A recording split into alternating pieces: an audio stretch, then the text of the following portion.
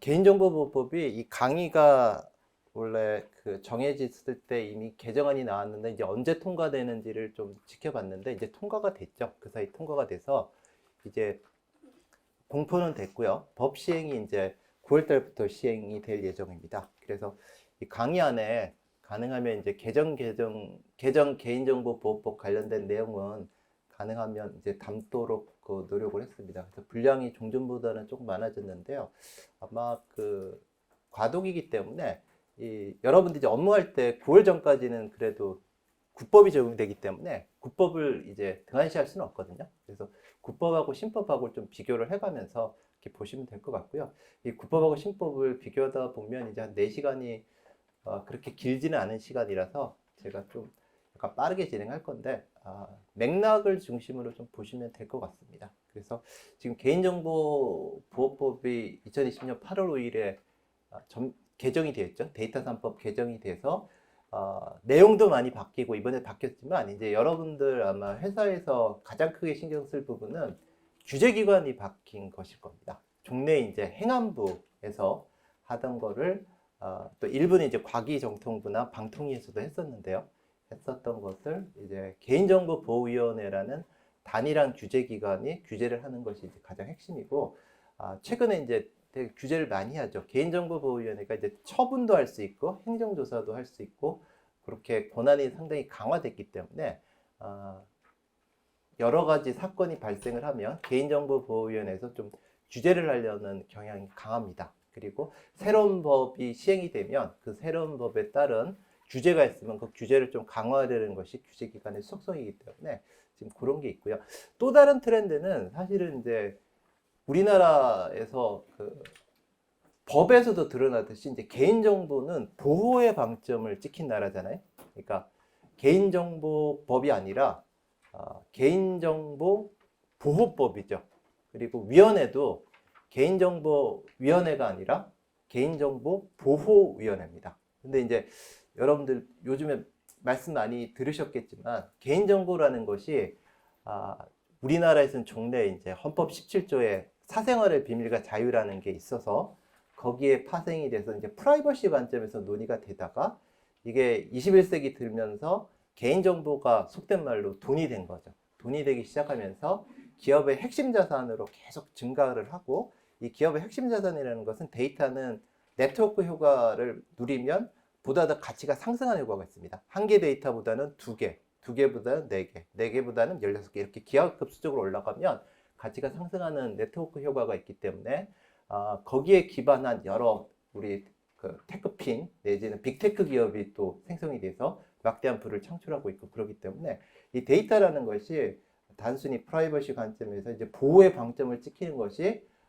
국가적 차원, 기업 차원, 또 개인 차원에서 바람직한 것인가 관해서는 여러 가지 논의가 있어서 개인정보보호위원회도 개인적으로는 개인정보위원회라고 좀 이름이 바뀌어가지고 보호뿐만 아니라 활용이라든지 이런 것에 좀 총체적으로 좀 관심을 기울여야 되지 않을까 싶고요. 개인정보보호위원회도 이제 그 생각은 하고 있으신 것 같고 정부 전체적으로도 우리 정부가 이제 디지털 플랫폼 정부라는 걸 표방을 했잖아요. 그래서 그 핵심적인 것이 데이터이기 때문에 거기에 기반해서 여러 가지 제도 변경이 있을 거고 입법 변경 이전이라도 법원의 판결이나 규제기관의 규제에 있어서도 좀 더 종려하는 다른 트렌드가 나타나지 않을까 싶습니다. 일단은 이제 법이 9월부터 신법이 시행되기 때문에 그 사이에 여러 가지 이제 요소가 있겠죠. 그리고 경제 상황에 맞춰서 여러 가지 있는데 일단 방향은 규제기관이 새로 등장했기 때문에 또 법이 새로 시행이 됐기 때문에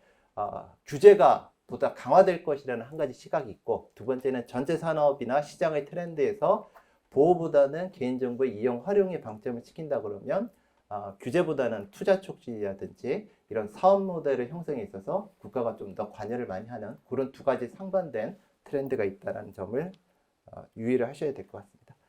예, 제가 오늘 4교시까지 말씀드릴 사항은 이 5개입니다. 개인정보 관련된 것을 한번 훑어보고요.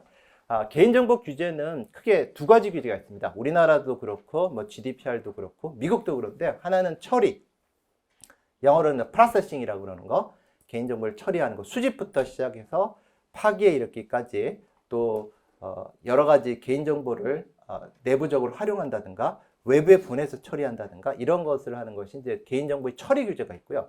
개인정보 관리라는 것은 그 처리 대상이 되는 개인정보를 자체적으로 관리하는 것, 뭐 기술적으로 관리하는 것도 있고요, 물리적으로 관리하는 것도 있고, 규정을 만들어서 관리하고 있고, 뭐 그런 여러 가지 방법이 있습니다. 그래서 처리 규제와 관리 규제가 있는데, 일단 처리 규제를 먼저 살펴보고 관리 규제로 넘어갈까 합니다. 그리고 처리 규제는 제가 편의상 나눴는데, 처리는 이제 내부적으로 처리하는 게 있죠. 이게 관리랑도 좀 겹치는데, 내부 처리가 있고 또 밖으로 보내서 처리하는 게 있습니다. 그래서 외부 처리가 있고, 또 최근에는 개인정보 중에서 좀 특이한 그 정보들, 고유식별 정보나 주민등록번호나 또 민감정보나 또 영상정보 이런 경우는 좀 특이한 면이 있기 때문에, 이걸 특히 이제 그 영상정보 같은 경우는 이제 지난 정권에서는 개인영상정보보호법이라고 그래가지고 별도 입법을 하려다가 실패를 했죠. 그런 데서 알 수 있듯이 좀 독특한 게 있기 때문에 처리 중에서 특수한 개인정보는 좀 달리 봐야 될 관점이 있기 때문에 처리 중에서 특수한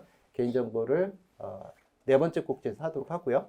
관리적 조치를 보도록 하는 그런 순서가 되겠습니다. 그리고 이 말미에 제가 중간에 뭐 질의사항이 있으시면 강의 쉬는 시간 하고 그 다음 들어갔을 때 그렇게 질문해 주시면 제가 답변을 드리고요. 마지막에 이제 이수경 변호사님이 5, 6교시 할 때도 질문해 주시면 될 것 같습니다. 자, 그러면 개인정보 개관부터 보도록 하겠습니다. 개인정보라는 거, 여러분들이 이제 개인정보를 personal information이라는 영어 표현을 쓰기도 하고 personal data라는 표현을 쓰기도 하죠. 근데 우리나라의 이제 공식적인 명칭은 영어 명칭이 이제 피파라고 그러죠. 피파. 그래서 Personal Information Protection Act라고 그래서 우리나라는 개인정보를 Personal Information에 말을 씁니다. 인포메이션 말을 쓰는데, 데이터라는 거하고 인포메이션이라고 하는 것은 뭐 좀 다르대요. 뭐 경영정보학에서는 달리 보는데, 데이터는 좀 원석에 가깝다 그러면 인포메이션은 데이터를 좀 가공한 형태, 뭐 이 정도 이해하시면 될 것 같은데, 어쨌든 이 데이터라는 게 새롭게 부상되고 있는 자산입니다. 종래에 사생활의 비밀과 자유, 프라이버시 관점에서 이 에셋 관점으로 접근해야 되고요. 앞으로 그 추세는 보다 더 강화될 겁니다. 그래서 우리 4차 산업혁명 얘기할 때 2차 산업혁명의 핵심이 화석연료 중에서 석유잖아요. 그래서 석유가 가장 큰 경제 동력이었고 지금까지도 20세기를 지탱해온 여러 가지 가장 핵심적 자원입니다. 그리고 21세기 나가서 22세기는 어떻게 될 것이냐, 데이터가 오일을 대체할 거다, 그런 뭐 주장이 있습니다. 그래서 여기서 보시면 알 수 있듯이 데이터가 새로운 오일이다. 새로운 오일이라는 것은 데이터가 핵심적 자산, 핵심 자원, 리소스가 된다는 그런 얘기입니다. 그래서 이 중에서 이제 우리 개인정보법하고는 그렇게 특별히 관련은 없는데, 최근에 이제 해외에서 많이 논의되는 두 가지 사항을 에셋 관점에서 제가 간략하게 말씀드리겠습니다. 첫 번째는 데이터 소유권이 누구에게 있는가고, 두 번째는 데이터를 정량화할 수 있느냐. 이 정량화라는 것은 기업 관점에서는 기업의 재무상태표에서의 그 자산 항목으로 수량화, 계량화할 수 있겠냐, 요 문제가 있습니다. 첫 번째로 데이터 오너십, 데이터 소유권은 누구인가, 요 문제가 있는데요. 여러분들 개인정보보호법에 보시면 정보 소유권이라는 말을 쓰지는 않습니다. 그리고 정보 소유권자라는 말을 쓰지 않고 정보 주체라는 말을 쓰죠. 외국에서도 데이터 오너라는 말을 쓰지는 않습니다. 데이터 서브젝트라는 말을 써요. 정보 주체라는 말, 우리가 이제 그걸 번역을 해가지고 데이터 서브젝트를 정보 주체라고 표현하는데, 그러니까 소유권이 없는 거예요. 현행법은. 외국도 그렇고 우리나라도 그렇고. 우리나라 실정법에서는 왜 그러냐면, 소유권은 이제 민법에 이제 물권법에 보면 나오는데, 소유권의 객체는 물건이어야 됩니다. 물건의 정의가 이제 민법에 나오죠. 근데 물건의 정의 안에 이 정보가 포함이 안 돼 있어요. 그래서 어떤 지난 국회에서 물건의 개념 안에 정보를 포함시키자라는 그런 입법도 있었는데, 그 입법은 상당히 위험한 입법이죠. 만약에 그렇게 되면 어떻게 되겠습니까? 데이터 개인정보의 소유권을 주장을 하면, 여러분들이 다 소유권 가지고 있으면 구글에 대해서도 청구할 수 있는 거죠. 내 정보 가지고 사업을 하니까 내 소유권, 그러니까 내 개인정보를 임차를 해주는 거죠. 물건이면 어때요? 임대차의 대상이 될 수 있잖아요. 임대차 목적물 중에 하나가 내 개인정보가 될 수 있는 겁니다. 그래서 좀 아무 생각 없이 그냥 그런 법률안을 낸 것 같은데, 어쨌든 데이터 소유권이 인정이 되면 이게 엄청나게 세상이 바뀔 겁니다. 그래서 이 바뀌자는 그런 논지 중에 하나가 바로